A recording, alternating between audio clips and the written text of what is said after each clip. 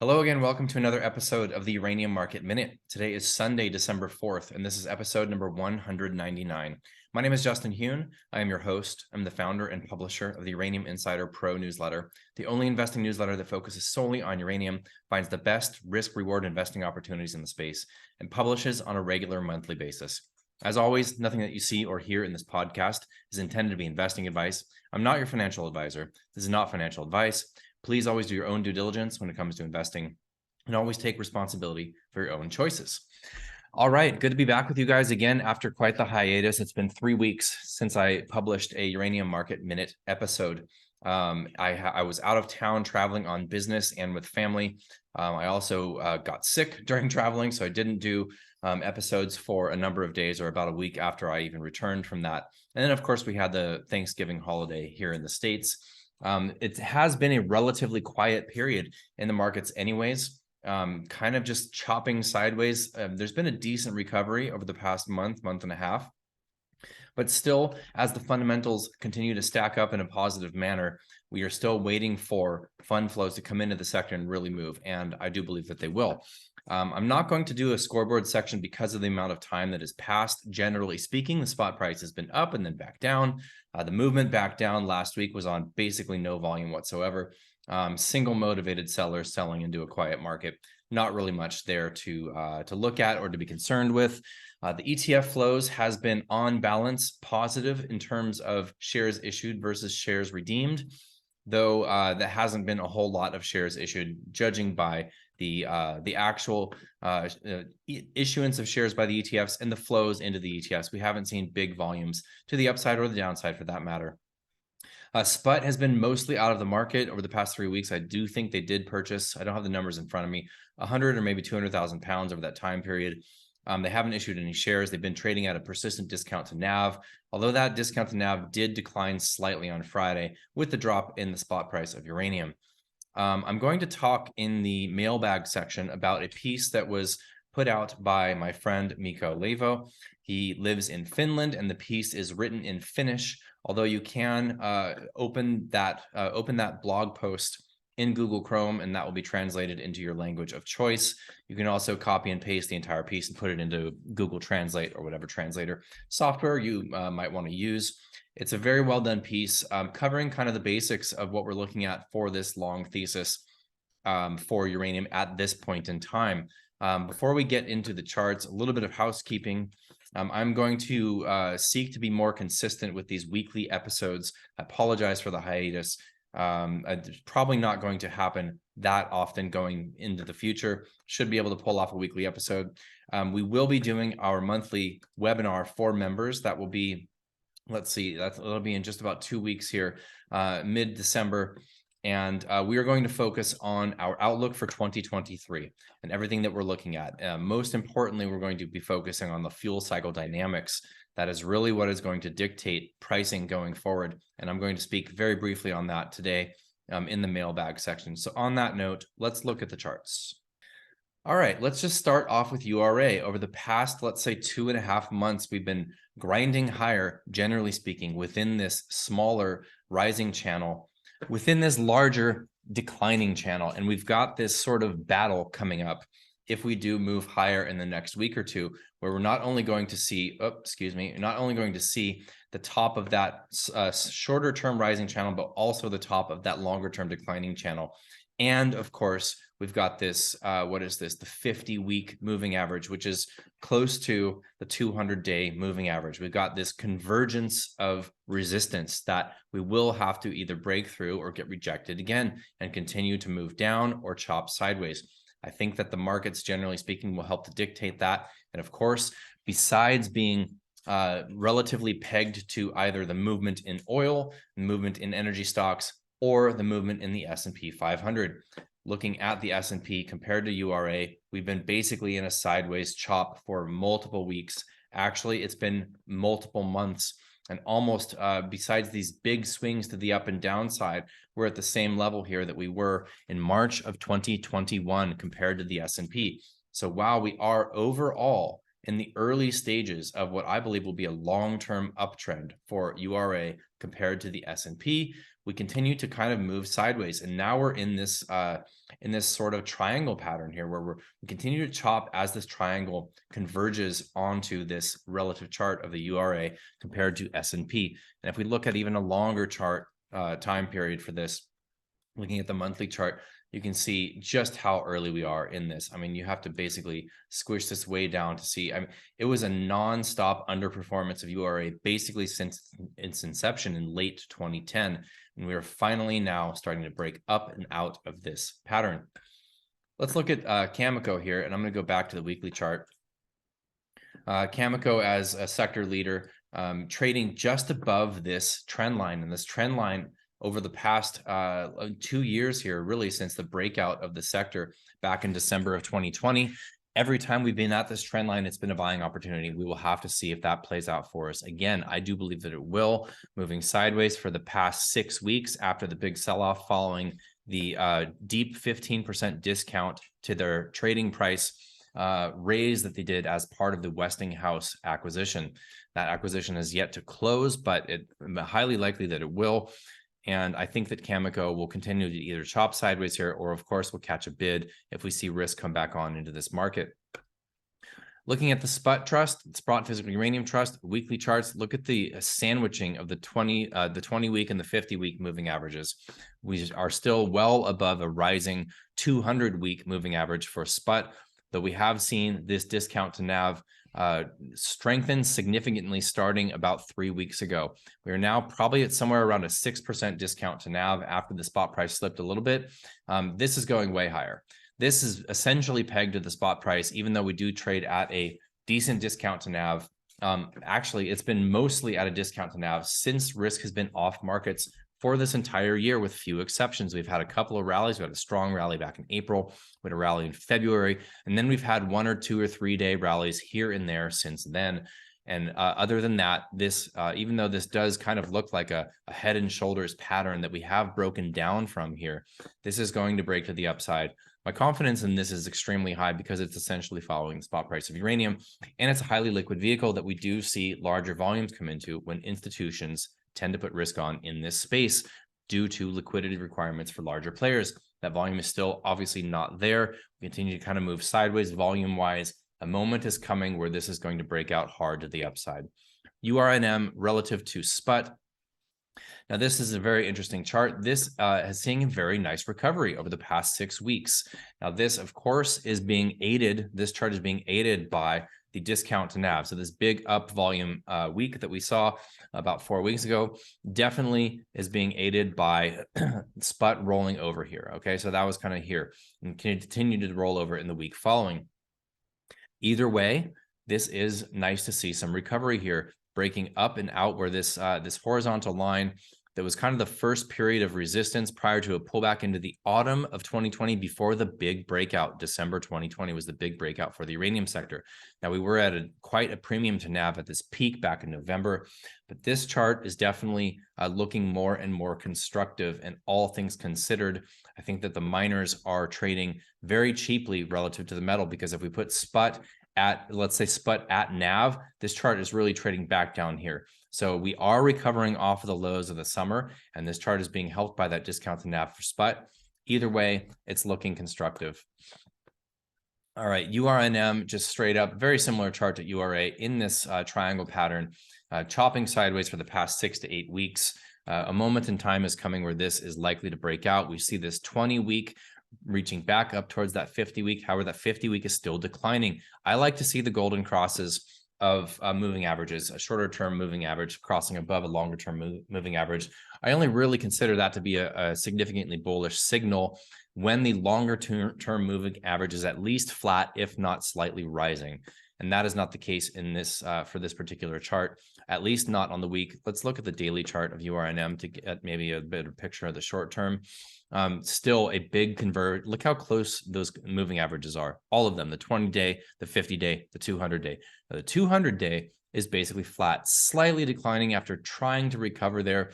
If we see URNM break up above the 20 and the 50-day and eventually those moving averages break above that 200-day, then that looks bullish. For now, this is looking pretty neutral to me in terms of where we're at. And of course, trading below a 200-day moving average is not bullish. So we still need to see some volume and some momentum come into all of these charts for this sector. We continue to be mostly risk off. All right, let's talk fundamentals here, mailbag section. So I obviously have had a number of questions come into me over the past number of weeks, but rather than address those, because I think they fall in line with what I want to share here. And this is this piece from my friend Miko. Again, he's finished, it is written in Finnish, and I'm going to share that link below in the show notes, in the description below, and I highly suggest that you check that out. Now, something that Miko stated in his piece that I think is very, very important to understand. This is a quote from the piece, and I altered it a little bit because the Google Translate was not perfect. The production cost of the last necessary pound determines the equilibrium price. Now, this principle can apply to basically any market of anything that's being sold, right? And right now, what we have in the fuel cycle and for the price of uranium is essentially that as well. So the long-term price for U3O8 just moved up $2 a pound this past month, as reported by UXC. This is after chopping sideways essentially since March. Even though we have now 112 million pounds signed in long-term contracts this year, finally we're seeing movement in the long-term price. And as we know, the long-term price that's reported by UXC is the lowest offer, and it's not even volume dictated. So we can have the bulk of the volume of these long-term contracts being signed at higher prices, and if there's one offer for an LTC at a lower price, that's what gets reported, and even that is rising. That's the same thing with a spot price, and it's the same thing with equities prices. It's the buying and the selling on the margin that moves the price of equities and moves the price of the stock. So spot price, we have basically not a lot of volume there, buying or selling, and somebody needs to get some pounds off their books. That could be 100,000 pounds. They might just keep dropping that ask to try to get somebody to nibble. That's what we saw last week. It's not evidence of a lack of a supply deficit in the market. It's simply evidence of a motivated seller. Okay, so this quote, I'm going to read it again. The production cost of the last necessary pound determines the equilibrium price. Now, a big part of this piece that Miko lays out is laying out the numbers for just the phenomenal deficit in supply relative to demand. Now, his numbers are a little bit different than mine, but you can kind of get the gist of it. The overall structural demand from nuclear reactors operating in the world this year is going to be somewhere around 175 to 180 million pounds of uranium demand, U3O8 equivalent. Okay, so what are we looking at supply? 130, maybe 135 million pounds supplied. Probably on the lower side of that, as we're seeing less supply coming out of MacArthur River than they were expecting from Cameco and also from Kazatomprom. So we're probably closer to that 130 million pounds of structural supply from mined uranium this year. So that is already, let's just be conservative, call it a 45 million pound structural supply deficit. Now, this in the past has been largely made up by secondary supply, largely coming from enrichers, okay? So the enrichers, not only do they underfeed, but they also re-enrich tails material. And that secondary supply and that underfeeding and tails re-enrichment is certainly still happening, although it's difficult to tell to what extent in Russia. Those pounds are not coming to the West. They're only coming to the West in existing legacy contracts. They're not coming to the West, secondary supply being sold into a spot market that the West is buying. There are no new contracts being signed by the West with Russia. Okay, so you can sort of consider Russian underfeeding secondary supply coming from their enrichment facilities as off the table for the West. And remember, the West is 70% of demand. 70% of the reactors in the world exist in the OECD countries. All right, so what is left? That enrichment in the West, okay? Enrichment in the West, let's call it 40% of global enrichment capacity. So that, relatively speaking, compared to what we had before of around 25 million pounds of secondary supply coming from enrichment, underfeeding, and tails re-enrichment, now is about 10 million pounds coming to the West, okay? Secondary supply, add that to the 130, now we got 140 relative to 180. Okay, now what about secondary demand? This year alone, Sprott has purchased 18 million pounds. That's just Sprott. That's not any producer buying that we saw earlier in the year or pre-production companies. That is not other hedge funds or other intermediaries buying in the spot market and buying from the market, generally speaking. So now we're talking about closer to 200 plus million pounds of demand, structural and secondary, compared to 140 million. We're looking at a 60 plus million pound supply deficit in 2022. Okay. Now, does that get lessened in 2023? Yes, it does. Why? Slightly. And this is just a structural snapshot that's primarily coming from McArthur River coming back online and the stated goals of Kazatomprom of producing 10% below their subsoil use agreements rather than 20% starting in 2024. So that's an increase of about 9 million pounds of production coming from Kazatomprom for the calendar year 2024. That means they'll have to expand their well fields significantly in 2023. And some of that production increase we should probably see in 2023. We'll have to see how that goes. That depends a lot on supply chains, primarily. So the supply of sulfuric acid, as well as everything is needed to develop those well fields in excess of what they're producing now. It's a lot of work, a lot of increases in well field development for Kazatomprom in order to reach that goal in 2024, in 2023.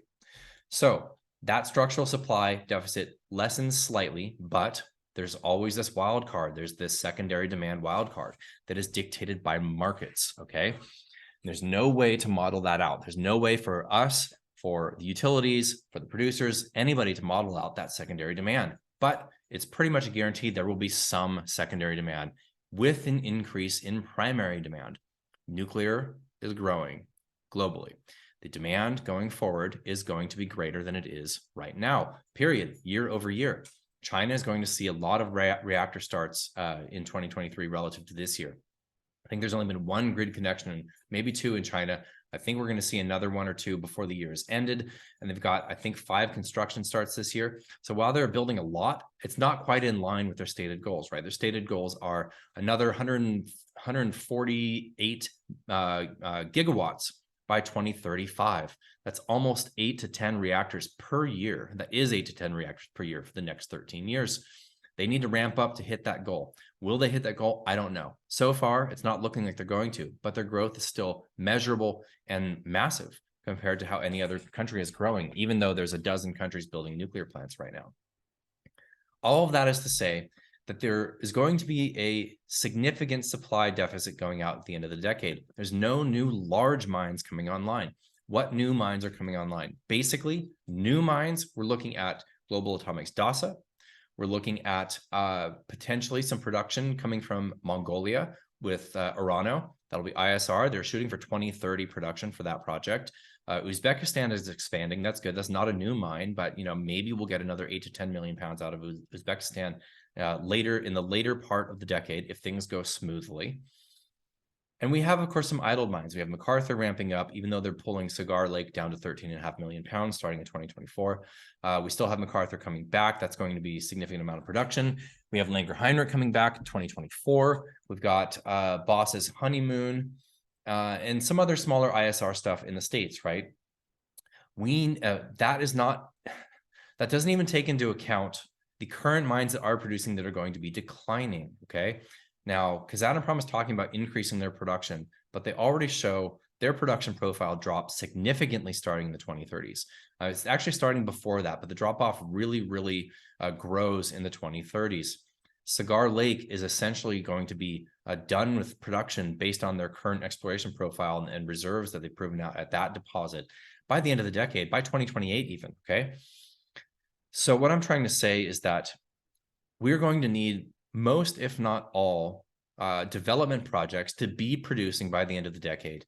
And that means that the pounds on the margin, the higher priced production companies, the higher priced development projects are going to be setting the price for uranium if you don't even consider the secondary demand. So if you take Sprott and financial players out and we're just looking at the structural supply and demand that is based on nuclear generation. We're talking about no financial players, no secondary demand here. We're talking about just the markets, okay? Just the nuclear market. It's the projects that are on the margin that are going to dictate the price, okay? It's the last pound that's sold, the last pound that's contracted from the highest price producers that dictates the price. You might say, yeah, Kazatomprom is 40% or Kazakhstan is 40% of global production. They've got a cash cost in the teens and an all-in cost for Kazatomprom, let's say 35 to 40 bucks. That's going to set the price. No, it's not. No, it's very not.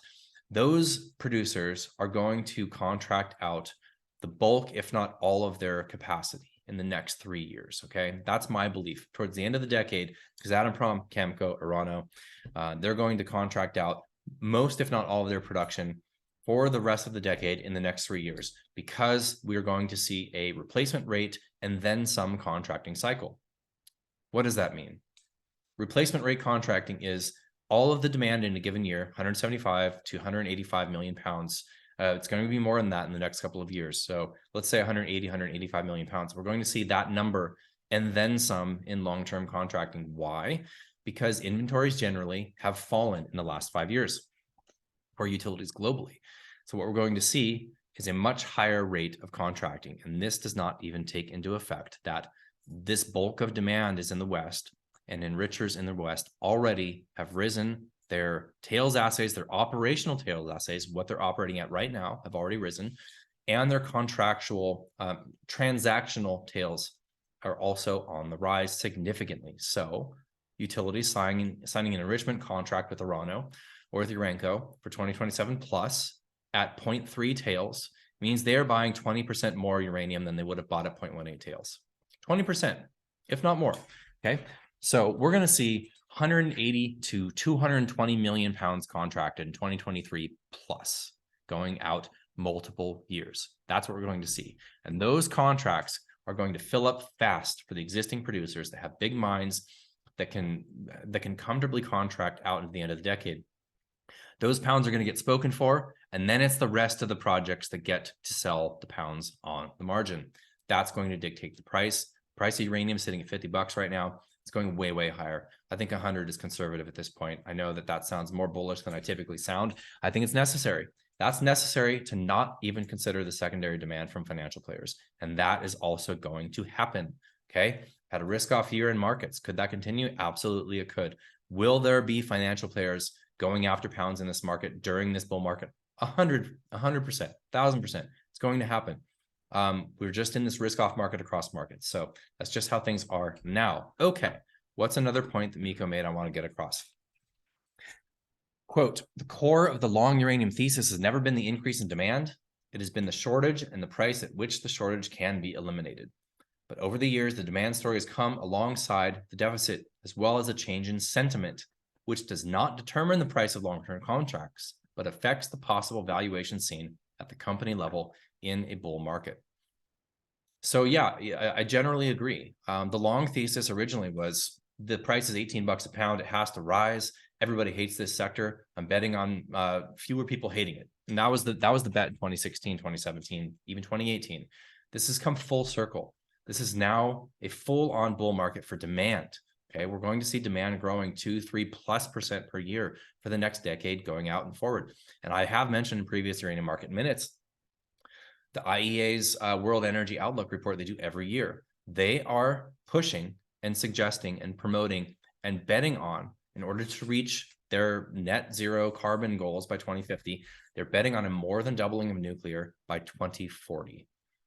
That is a phenomenal, that's the largest, that's an absolute nuclear renaissance. And can we say it's happening right now? No, we can't. But we can say that there's 50 plus reactors under construction right now. There's hundreds in the planning and proposals, and there's a full-on energy crisis. SMRs are going to be starting to come online towards the later part of the decade. They're breaking ground on the Darlington BWRX 300. It broke ground this past week in Canada. That is huge. That is going to start the revolution, in my opinion. Will the revolution happen? I don't know. But I do believe that it will, because I think that it has to. And this is based on my own personal thoughts that peak cheap oil, we've already probably peaked out in terms of cheap oil production.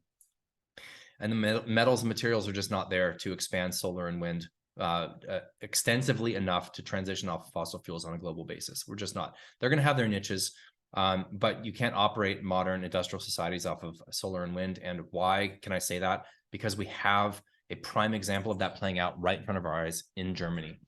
So to come back to Miko's point, the original thesis was betting on just the uranium price recovering based on the demand that was there, not necessarily based on a nuclear renaissance happening and demand drastically growing, which it now is and is set to be. So that's kind of the big bet there. And I think this piece from Miko is great. Miko, if you're watching this, I do appreciate you putting that out there. I hope you're okay with me promoting it and linking to it. I'm sure that you are. That's where I'm going to leave this. There's so much more I could talk about based on the past 3 weeks, but I feel like I've already rambled on long enough on my soapbox. So I will leave you with this. Hang in there, be patient. Go back to Jesse Livermore, basically saying all the big money he's made in his life has been in the sitting. It's not in the trading, it's in the sitting. It's hard to be patient. It's hard to do nothing. There's nothing to do here. If you're already positioned, just wait, let it play out. If you have short-term needs for your capital and your investments, that's a killer for this market. If you need to be able to have an ROI by X date, I mean, assuming this is not 5 years, right? If you're saying, I got to pull out money in February because of this or that, that can create bad trades in this sector. So it's important to allocate money to this sector that you don't have an important need in the short term to pull that money out, because the short term is difficult for this sector, as you all know. This is not the first time this has happened where we've seen fundamentals stack up and the market doesn't reflect how the fundamental news flow is coming in. The stock prices do not reflect that. The action markets don't reflect that. This has happened 5, 6, 7 times since I've been following this market. Okay, there's nothing new for me. If you just entered this market in the last 12 months, it's probably new for you. But don't get discouraged. This bull market is happening. The energy crisis is not going away. This is going to be a long-term theme. While we have the potential and the high likelihood of a price spike that could be based on fundamental players and speculators, financial players and speculators, we have a long-term thesis that could go way, way longer. This could very well be a serious super cycle for nuclear, for uranium. So just be patient, hang in there. I do appreciate you watching this. If you are a member, we will see you. We'll see you on Monday with the uranium market daily updates that I've been doing for members. And of course, also, if you are a member, we will see you in the members webinar, which will be in about 2 weeks. If you are not a member, you can access 3 years of content, even with a quarterly membership. And so you can try us on for a small amount of money and see where we're at in terms of our holdings, see where we're at in terms of our fundamentals. You can access all of our fundamental analysis, and our members webinars are recorded and are there for replay. This last month, we had one of the prominent fund managers in the space as a guest. We really dug into the fuel cycle. In previous months, we had Grant Isaac from Cameco. We had Parajander from WMC. They're the buyers of spot material for Sprott. A lot of wealth and value can be had in these recorded webinars, as well as in our previous newsletters from the past 3 years. So you can gain access to that with the quarterly membership. That's my sales pitch for right now. I will see you all again next week. Thank you for watching. Thank you for listening. I do appreciate all of you. If you haven't already, please subscribe to this channel, like this video, share it around, and I will see you again very soon. Cheers.